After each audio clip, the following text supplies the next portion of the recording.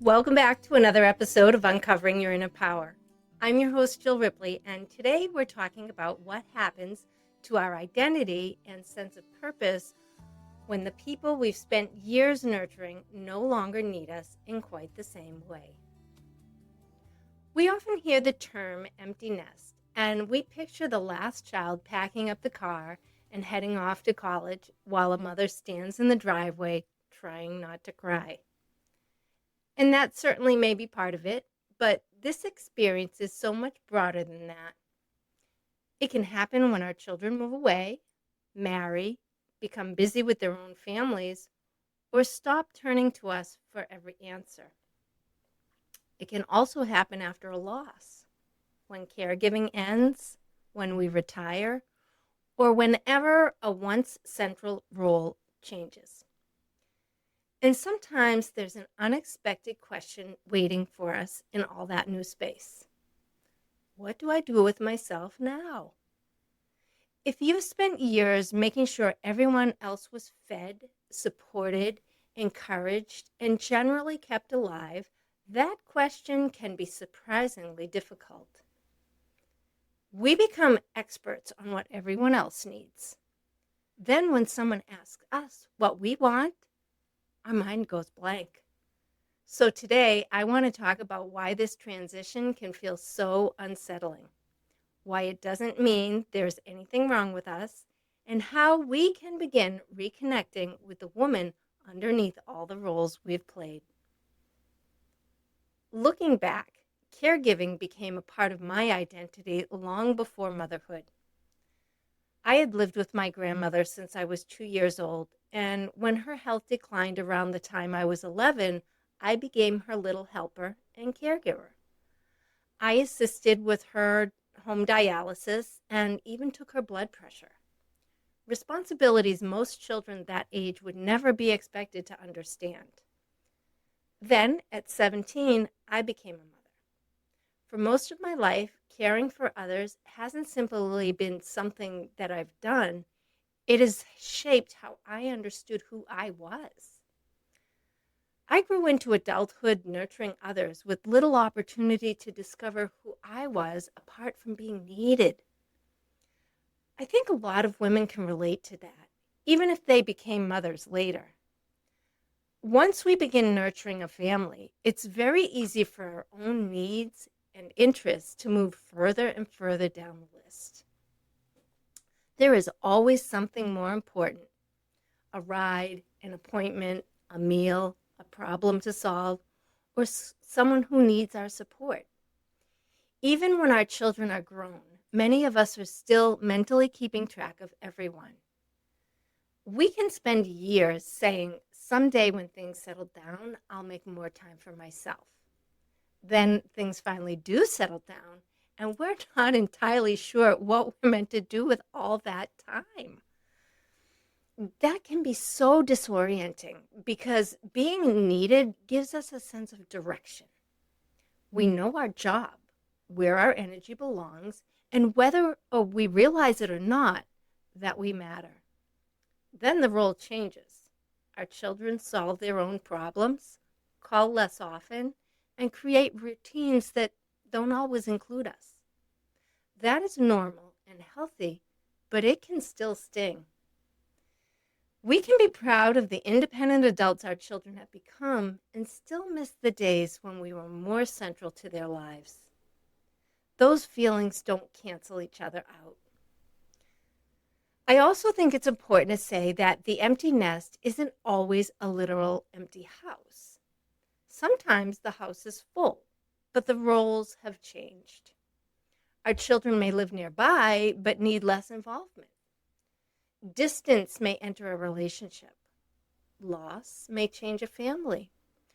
Or life may simply move forward while a part of us tries to catch up.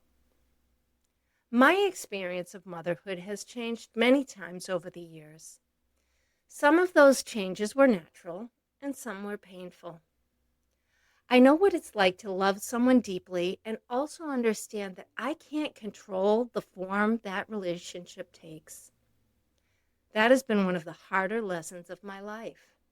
Love doesn't always give us control, access, or the role we would choose. Sometimes it asks us to take a step back, accept, and keep living fully, even when life doesn't look the way we had hoped. But I don't want this conversation to feel as though this season is only about loss, because it isn't. It can also be a really interesting turning point. For perhaps the first time in years, we can ask the questions that aren't centered around someone else's needs. What do I enjoy? What am I curious about? What kind of life feels meaning to me now? Those questions may feel unfamiliar, but unfamiliar doesn't mean impossible. It simply means we haven't had much practice answering them. One fear beneath this transition is that we're no longer useful or necessary. But being necessary is not the same as having value. You do not have to be managing someone else's life in order for your own life to matter. The qualities you developed while caring for others haven't disappeared. You are still compassionate, resourceful, intuitive, creative, and capable. You still know how to listen, solve problems, and help people feel seen. Those gifts belong to you all along. Motherhood or caregiving gave you the one place to express them, but it was never meant to be the only place they could exist. Maybe your wisdom finds expression through mentoring, volunteering, creativity, friendship, or community. And maybe some nurturing energy gets redirected towards your own health, dreams, spiritual growth, or peace. This isn't selfish. It's actually a more balanced use of the love you already know how to give. We also don't need to rush towards one impressive new purpose. The word purpose can feel intimidating, as though we need a mission statement, a 5-year plan, and possibly a color-coded binder. Purpose can simply be what gives this season meaning. It can grow as you try new things. Notice what energizes you and reconnect with yourself. So where do we begin when we've spent so much time nurturing others that we aren't sure what we want anymore? I have a few suggestions, and none of them require you to reinvent your life by next Tuesday. The first is to let yourself have whatever feelings are actually present. You may feel lonely one day and relieved the next. You may miss the noise, then discover you enjoy drinking your coffee while it's still hot. You may feel proud, sad, excited, and peaceful, sometimes all in the same afternoon. You don't have to choose one official emotion. A transition can hold both grief and freedom. Missing what was doesn't mean you're refusing to move forward.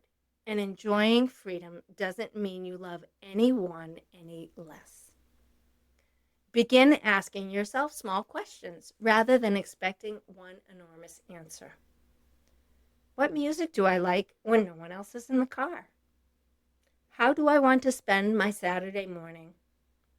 What brings me peace or makes me laugh? What have I been postponing?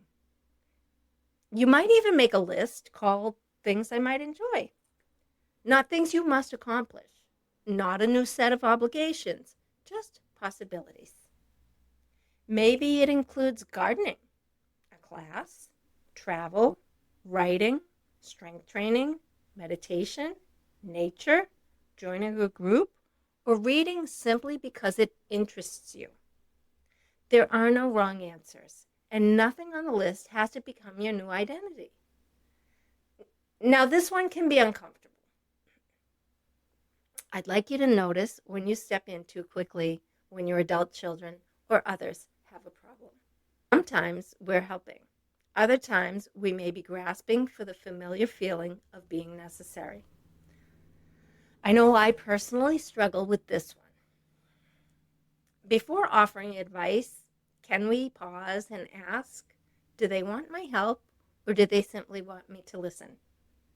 Am I supporting them, or am I trying to manage the outcome because it makes me feel more necessary?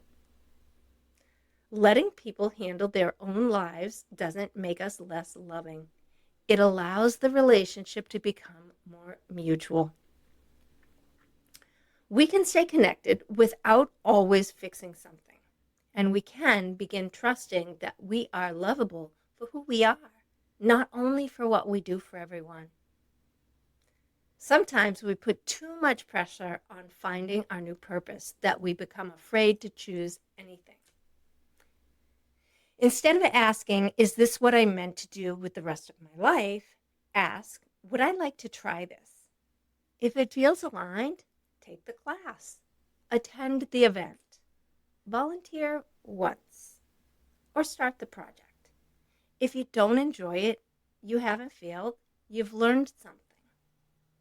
Sometimes we discover what we want by first discovering what we don't want. We often discover what we want through movement, not by demanding perfect clarity. A small choice can reveal the next one. Rediscovering yourself doesn't mean erasing motherhood or any other role that has mattered to you. It means allowing your identity to become larger than your role. You can still be a mother and a woman with interests, friendships, goals, creativity, and a spiritual life of her own. You can love your family without arranging your entire existence around being needed. And I think this is where our inner wisdom becomes so important. For years, we may have used our intuition on behalf of others, sensing what they needed and knowing when to encourage, protect, or step in. Now we can begin turning some of that awareness inward. What do I need? What feels aligned for me? What is draining me? What is calling my attention? What would support the woman I am becoming? The answers may not come all at once. That's okay. We are not late or starting from nothing. We're bringing everything we've learned into a different chapter. The years we spent nurturing others were not wasted, and this next season isn't an afterthought.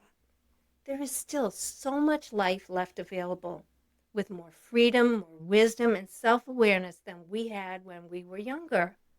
So if you're in a season where you're feeling less needed, a little uncertain, or unsure what comes next, I want you to consider a different question. Instead of asking who I am if they don't need me, try asking, who am I free to become now?